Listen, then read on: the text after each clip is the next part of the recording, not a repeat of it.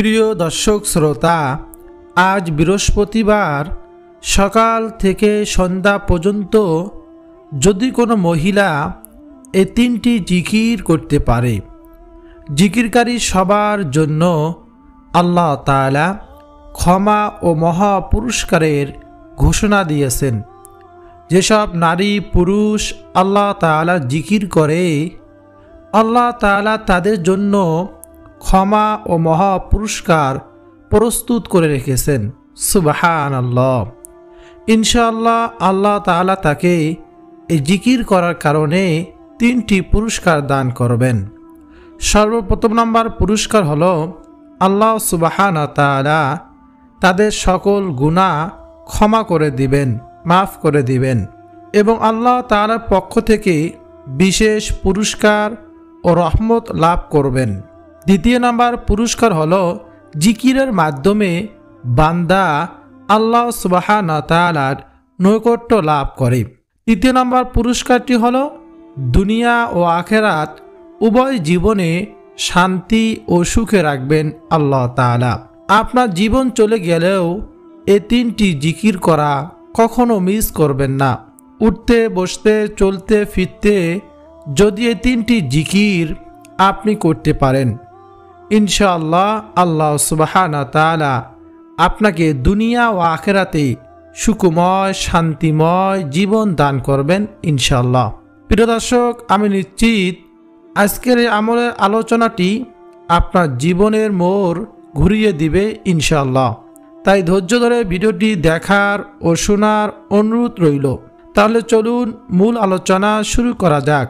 হযরত আব্দুল্লাহ ইবনে বশর রাদিয়াল্লাহু তাআলা আনহু বলেন, এক লোক নবীজি সাল্লাল্লাহু আলাইহি ওয়াসাল্লামের কাছে এসে বলল, আমার জন্য ইসলামের শরীয়তের বিষয় আদি অতিরিক্ত হয়ে গিয়েছে, সুতরাং আমাকে এমন একটি বিষয় জানান যা আমি মজবুতভাবে আমল করতে পারি। তখন নবীজি সাল্লাল্লাহু আলাইহি ওয়াসাল্লাম বললেন, সর্বদা তোমার জিহ্বা যেন আল্লাহ তাআলা জিকিরের দ্বারা সিক্ত থাকে। অর্থাৎ নবীজি সাল্লাল্লাহু আলাইহি ওয়াসাল্লাম লোকটিকে আল্লাহ তাআলা জিকিরের আমলের কথা বললেন। অর্থাৎ তুমি সদা সর্বদা আল্লাহ তাআলা জিকির করবে। সুবহানাল্লাহ। প্রিয় দর্শক, বুঝতে পেরেছেন জিকির কত দামি একটি ইবাদত।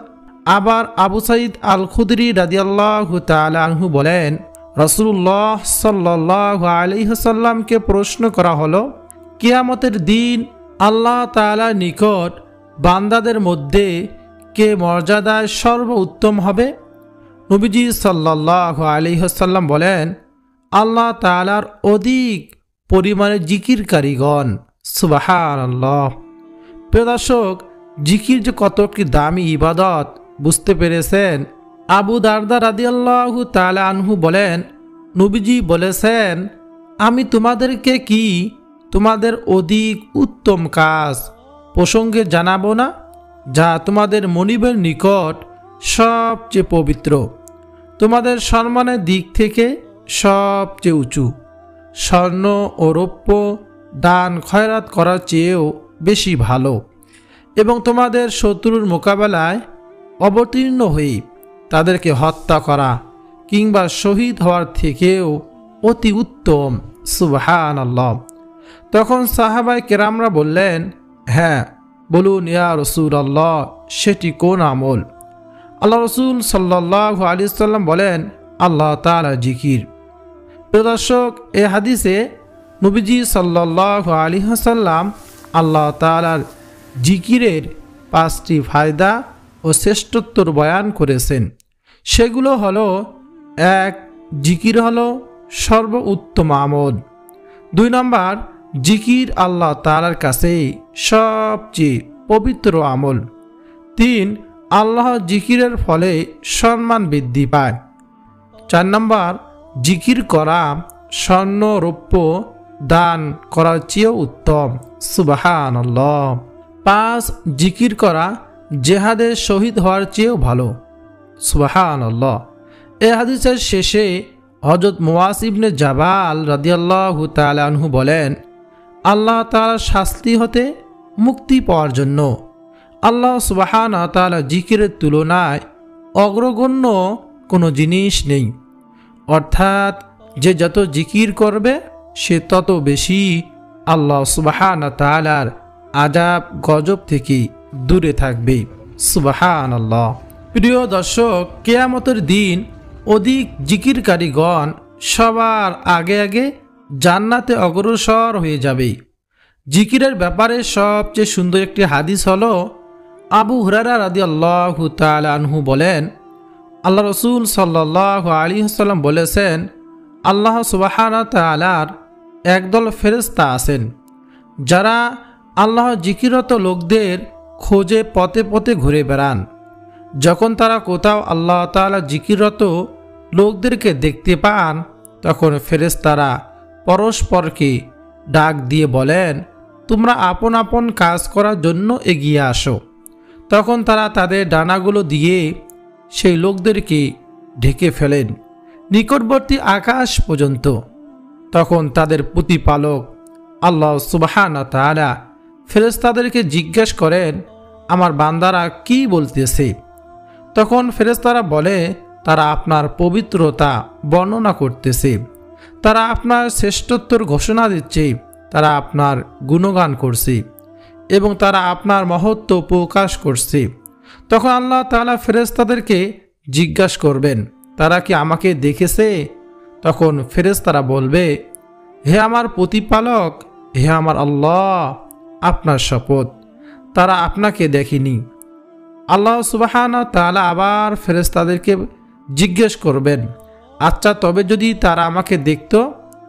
ফেরেশতারা বলবে, যদি তারা আপনাকে দেখত তবে তারা আরও অধিক পরিমাণে আপনার ইবাদত করত, আরও অধিক পরিমাণে আপনার মহত্ব ঘোষণা করত, আরও অধিক পরিমাণে আপনার পবিত্রতা বর্ণনা করত। তখন আল্লাহ তাআলা ফেরেশতাদেরকে আবার জিজ্ঞেস করবেন, তারা আমার কাছে কি চায়? ফেরেশতারা বলবে, তারা আপনার কাছে জান্নাত চায়। আল্লাহ তাআলা ফেরেশতাদেরকে আবার জিজ্ঞেস করবেন, তারা কি জান্নাত দেখেছে? ফেরেশতারা বলবে, আল্লাহ আপনার সত্তার কসম, হে রব, তারা তা দেখেনি। আল্লাহ সুবহানাহু ওয়া তাআলা আবার ফেরেশতাদেরকে জিজ্ঞেস করবেন, যদি তারা জান্নাত দেখত তারা কি করত? ফেরেশতারা আল্লাহ তাআলা জবাবে বলবে, যদি তারা জান্নাত দেখত তাহলে তারা জান্নাতের আরও অধিক লোভ করত, আরও বেশি বেশি চাইতো জান্নাত এবং এর জন্য আরও বেশি বেশি আকৃষ্টিত হতো। আল্লাহ সুবহানাহু ওয়া তাআলা ফেরেশতাদেরকে জিজ্ঞেস করবেন, তারা কি থেকে আশ্রয় চায়, পানা চায়? ফেরেশতারা বলবে, আল্লাহ জাহান্নাম থেকে তারা পানা চায়। আল্লাহ সুবহানাহু ওয়া তাআলা ফেরেশতাদেরকে বলবেন, তারা কি জাহান্নাম দেখেছে? জবাবে ফেরেশতারা বলবে, আল্লাহর কসম, হে প্রতিপালক, তারা জাহান্নাম দেখেনি। আল্লাহ তারা আবার জিজ্ঞেস করবেন ফেরেশতাদেরকে, যদি তারা জাহান্নাম দেখত তখন তাদের কি হতো? জবাবে ফেরেশতারা বলবে, যদি তারা জাহান্নাম দেখত তাহলে তারা তা থেকে দ্রুত পালিয়ে যেত এবং একে অত্যন্ত বেশি ভয় করত। তখন আল্লাহ সুবহানাহু ওয়া তাআলা বলবেন, আমি তোমাদেরকে সাক্ষী রাখছি, আমি তাদেরকে ক্ষমা করে দিলাম। সুবহানাল্লাহ। আল্লাহ তাআলা ফেরেশতাদেরকে বলবেন, হে ফেরেশতারা, তোমার সাক্ষী থাকো, আমি এই বান্দাদেরকে মাফ করে দিলাম, তাদের জীবনের গুনাহগুলো ক্ষমা করে দিলাম। বলুন না সুবহানাল্লাহ। তখন ফেরেশতাদের একজন বলবেন, আল্লাহ, তাদের মধ্যে উমুক ব্যক্তি আছে, সে তাদের অন্তর্ভুক্ত নয়, বরং সে কোনো প্রয়োজনে এখানে এসেছে। আল্লাহ তাআলা বলবেন, যে যে প্রয়োজনে আসুক না কেন, এখানে যারা উপস্থিত আছে আমি সবাইকে ক্ষমা করে দিলাম, মাফ করে দিলাম। বলুন না সুবহানাল্লাহ। প্রিয় দর্শক, এই জন্য আমরা অবশ্যই আল্লাহ সুবহানাহু ওয়া তাআলা জিকির করব। কোনো মজলিসে জিকির হলে আমরা বসে যাব, দিনী আলোচনা হলে আমরা ওখানে বসে আলোচনা শুনবো ইনশাআল্লাহ। তাহলে আল্লাহ তাআলা আমাদেরকেও ক্ষমা করে দিবেন। আল্লাহ তাআলা পবিত্র কুরআনুল কারীমের মধ্যে বলেন, হে মুমিনগণ, তোমরা আল্লাহকে অধিক পরিমাণে স্মরণ করো এবং সকাল বিকাল আল্লাহ তাআলার পবিত্রতা বর্ণনা করো। প্রিয় দর্শক, জিকির হলো দামি একটি ইবাদত। নবীজি বলেন, যে কলব আল্লাহ তাআলা জিকির করে সেই কলব হলো জীবিত মানুষের মতো, আর যে কলব আল্লাহ তাআলা জিকির করে না সেই কলব হলো মৃত মানুষের মতো। সাহাবাই কেরাম জিজ্ঞেস করলেন, ও নবী, কলব আবার কি? নবীজি বলেন, প্রতিটি মানুষের বাম দুধের 2 আঙ্গুল নিচে একটা গোস্তের টুকরো আছে। সেই গোস্তের টুকরা যদি ভালো হয় পুরো মানুষটাই ভালো হয়ে যায়, আর যদি গোস্তের টুকরা যদি খারাপ হয়ে যায় পুরো মানুষটাই খারাপ হয়ে যায়। ও সাহাবীরা শোনো, সেই গোস্তের টুকরাটার নাম হলো কলব। মানুষ যখন একটি গুনাহের কাজ করে তখন সেই গোস্তের টুকরোর মধ্যে একটি কালো দাগ পড়ে যায়। যখন সে 2টি গুনাহের কাজ করে তখন সেই গোস্তের টুকরোর মধ্যে আরেকটি কালো দাগ পড়ে যায়। যখন সে এমনিভাবে গুনাহের কাজ করতেই থাকে তখন দাগ পড়তে পড়তে এক সময় সেই কলবটা একেবারে অপবিত্র হয়ে যায়, একেবারে ময়লাযুক্ত হয়ে যায়। প্রিয় দর্শক, সাহাবাই কেরাম নবীজিকে জিজ্ঞেস করলেন, ও নবী, সে গোস্তের টুকরোর আবার কিভাবে পবিত্র করতে হয়, পরিষ্কার করতে হয়? নবীজি বলেন, যখন কোনো ব্যক্তি আল্লাহ সুবহানাহু ওয়া তাআলার নামের উপর জিকির করে তখন সেই জিকিরের ধাক্কায় গোস্তের টুকরোটা পরিষ্কার পরিচ্ছন্ন হয়ে যায়। সুবহানাল্লাহ। সেই গোস্তের টুকরোর মধ্যে শয়তান আর বসে থাকতে পারে না। তাই প্রিয় দর্শক, জীবন চলে গেলেও প্রতিদিন, বিশেষ করে মহিলা মা বোনেরা সংসারে কাজ করবেন, যে কাজেই করেন না কেন, নারী পুরুষ উভয় আমরা প্রতিদিন এই 3টি জিকির করা কখনো ভুলবো না। যদি আমরা 3টি জিকির করতে পারি আল্লাহ তাআলা আমাদের জীবনের গুনাহগুলো ক্ষমা করে দিবেন। ওই কঠিন হাসরের ময়দানে বিনা হিসাবে জান্নাত পাবো ইনশাআল্লাহ।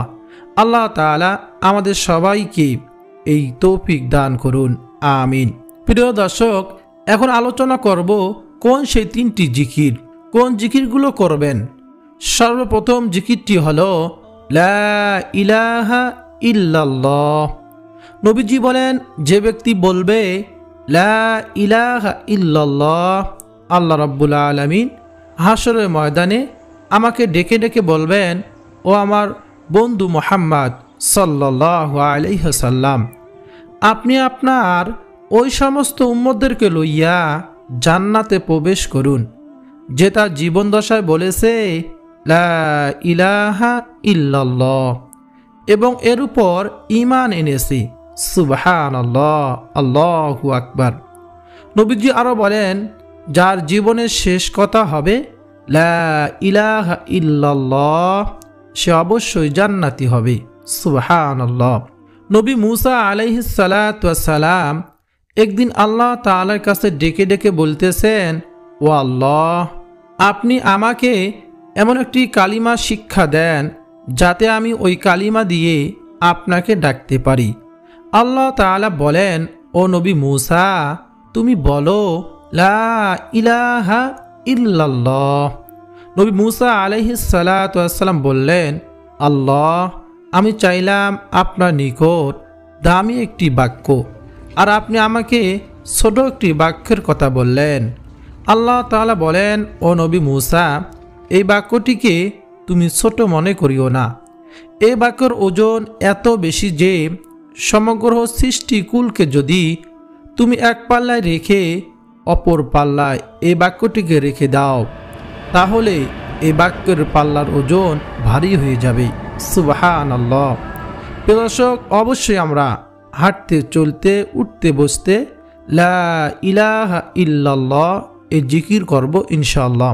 প্রিয় দর্শক, আমরা জিহ্বাটা নাড়িয়ে ঠোঁট নাড়িয়ে মানুষের সামনে চুপে চুপে এই লা ইলাহা ইল্লাল্লাহ জিকির করতে পারি। আমরা যদি এই জিকিরটি করতে পারি ইনশাআল্লাহ আল্লাহ সুবহানাহু ওয়া তাআলা আমাদেরকে মাফ করে দিবেন ইনশাআল্লাহ। দ্বিতীয় নাম্বার জিকিরটি হলো, নবীজি সাল্লাল্লাহু আলাইহি ওয়াসাল্লাম বলেন, ও আমার সাহাবীরা, তোমরা যদি প্রতিদিন 100 বার বলতে পারো সুবহানাল্লাহি ওয়া বিহামদিহি, তাহলে তোমাদের আমলের দাম হাসরের মাঠে সবচেয়ে বেশি হবে। সাহাবায়ে কিরাম রাদিয়াল্লাহু তাআলা আলাইহিম আজমাইনরা বললেন, ইয়া রাসূলুল্লাহ, অন্য কারো আমলের দাম কি এর চেয়ে বেশি হবে না? নবীজি বলেন, হ্যাঁ, ওই ব্যক্তির আমলের দাম এর চেয়ে বেশি হবে যে ব্যক্তি সুবহানাল্লাহি ওয়া বিহামদিহি 100বার থেকেও বেশি পরিমাণে পাঠ করবে। সুবহানাল্লাহ, আল্লাহু আকবার। তাই আমরা প্রতিনিয়ত পাঠ করার চেষ্টা করব সুবহানাল্লাহি ওয়া বিহামদিহি। ইনশাআল্লাহ আল্লাহ তাআলা আমাদের এই জিকিরকে কবুল করে নেবেন ইনশাআল্লাহ। প্রিয় দর্শক, এছাড়াও নবীজি সাল্লাল্লাহু আলাইহি ওয়াসাল্লাম বলেন, যে ব্যক্তি প্রতিদিন 100বার বলবে সুবহানাল্লাহি ওয়া বিহামদিহি, তার গুনাহের পরিমাণ যদি সমুদ্রের ফেনারাশি সমতুল্য হয়ে থাকে, তারপরও আল্লাহ সেই গুনাহগুলোকে ক্ষমা করে দিবেন। সুবহানাল্লাহ। তাই আমরা প্রতিনিয়ত পাঠ করার চেষ্টা করব সুবহানাল্লাহি ওয়া বিহামদিহি। তারপর 3 নম্বরে যে জিকিরের কথা বলবো সে জিকিরটি হলো, নবীজি সাল্লাল্লাহু আলাইহি ওয়াসাল্লাম সাহাবায়ে কিরামদেরকে ডেকে বললেন, ও আমার সাহাবীরা শোনো, আমি কি তোমাদেরকে এমন একটি জিকিরের সন্ধান দেব যে জিকিরটি যদি তোমরা প্রতিদিন 100বার করতে পারো, তাহলে ওই দিন আল্লাহ তাআলার আদালতে তোমার চেয়ে বেশি আমলকারী কেউ হবে না। সাহাবায়ে কিরাম তো ছিল আমলের জন্য পাগল পারা। সাহাবায়ে কিরাম বলল, ইয়া রাসূলুল্লাহ, আপনি বলুন কোন সেই আমল? নবীজি বলেন, যদি কোনো ব্যক্তি 100বার বলতে পারে, লা ইলাহা ইল্লাল্লাহু লাহুল মুলকু ওয়া লাহুল হামদু ওয়া হুয়া আলা কুল্লি শাইইন কদির, তাহলে যেদিন সে 100বার এটা বলবে, এই দোয়া পাঠ করবে, ওই দিন আল্লাহ তাআলার আদালতে তার চেয়ে বেশি আমলকারী কেউ থাকবে না। সুবহানাল্লাহ। তাই আমরা প্রতিনিয়ত এটা বেশি বেশি পরিমাণে পাঠ করার চেষ্টা করব ইনশাআল্লাহ। তাই আমরা প্রতিনিয়ত পাঠ করার চেষ্টা করব লা ইলাহা ইল্লাল্লাহু লাহুল মুলকু ওয়া লাহুল হামদু ওয়া হুয়া আলা কুল্লি শাইইন কদির। প্রিয় দর্শক, তাছাড়াও আস্তাগফিরুল্লাহ বেশি বেশি পরিমাণে পাঠ করবেন। এটা এমন একটি জিকির, এই জিকির করলে আপনার দুনিয়ার সকল নেক মাকসুদ, নেক আশাগুলো আল্লাহ সুবহানাহু ওয়া তাআলা পূরণ করে দিবেন। অভাব দূর হয়ে যাবে, গায়বী রিজিক আসবে। যেমন সূরা হুদের এক আয়াতে আল্লাহ সুবহানাহু ওয়া তাআলা বলেছেন, আর হে আমার কওম, তোমাদের পালনকর্তার কাছে তোমরা ক্ষমা প্রার্থনা করো, অতঃপর তারই প্রতি মনোনিবেশ করো। তিনি আসমান থেকে তোমাদের উপর বৃষ্টিধারা প্রেরণ করবেন এবং তোমাদের শক্তির উপর শক্তি বৃদ্ধি করবেন। তোমরা কিন্তু অপরাধীদের মতো বেমুখ হইও না। সুতরাং যে কোনো কাজে মনে মনে ইস্তেগফার করুন, সে কাজে আর ক্লান্তি অনুভব হবে না। সুবহানাল্লাহ। কারণ আল্লাহ তাআলা শক্তি বাড়িয়ে দিবেন, এর দ্বারা মনের শান্তি প্রশান্তি আসে। আল্লাহ সুবহানাহু ওয়া তাআলা এই ব্যাপারে আরও বলেন, আর যারা বিশ্বাস স্থাপন করে এবং তাদের অন্তর আল্লাহ তাআলা জিকির দ্বারা প্রশান্তি লাভ করে, জেনে রাখো আল্লাহ তাআলা জিকির দ্বারাই অন্তরসমূহ শান্তি পায়।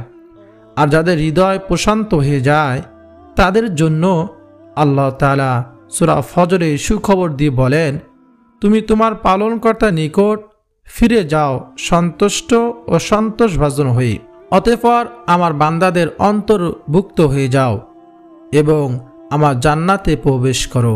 সুবহানাল্লাহ। সুতরাং জিকির করতে করতে অন্তর প্রশান্ত হয়ে যায়, আর যাদের অন্তর প্রশান্ত হয়ে যাবে তাদের জন্য রয়েছে আল্লাহ সুবহানাহু ওয়া তাআলার জান্নাতের সুসংবাদ। সুবহানাল্লাহ। ইস্তেগফারের আরও অসংখ্য ফজিলত রয়েছে, এজন্য বেশি বেশি আস্তাগফিরুল্লাহ পাঠ করব এবং সুবহানাল্লাহ, আলহামদুলিল্লাহ, আল্লাহু আকবার, এইগুলো জিকির আমরা সকলেই করতে পারি। এই জিকিরগুলো বেশি বেশি করব। এই জিকিরগুলো করলে আসমান ও জমিনের মাঝখানে যত ফাঁকা জায়গাগুলো রয়েছে, এই ফাঁকা জায়গাগুলো আল্লাহ সুবহানাহু ওয়া তাআলা নেকি দ্বারা পরিপূর্ণ করে দিবেন। বলুন সুবহানাল্লাহ।